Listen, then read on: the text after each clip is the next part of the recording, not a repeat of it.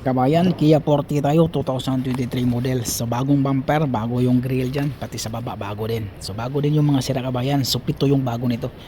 Isa, yung bumper bago, isang bumper, dalawa, tatlo. Yung foam sa ilalim ito. Basta pitong bago niyan. So paano tanggalin yung bumper kabayan? Kia Forte 2023 model. Mga clip lang to siya. Tapos may 8 dito, 8 mm. Tapos pwede din sa Phillips screw. Sa baba niyan mga clip na yan.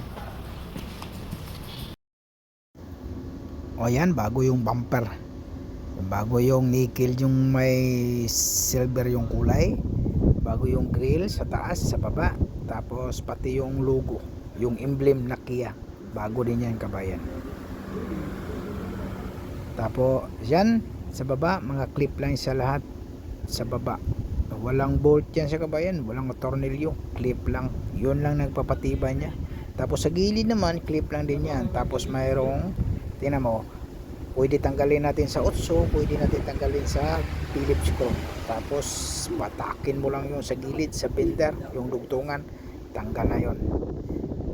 Pero believe talaga ako sa mga Kia kabayan, matibay din yung bumper nito kabayan, kahit na mga clip lang yan sa taas, sa baba. Tapos sa taas naman 10mm yan, apat lang na piraso.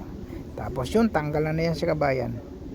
Ano, hilahin mo lang, tanggal na yan. Wala siyang pug light, wala.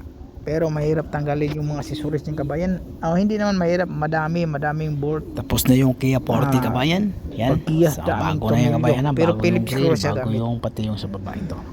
Itong nickel sa baba. Bago yung bumper, pati yung grill sa baba ito. Kia Forte. So bago din to kabayan ha. Ito ha.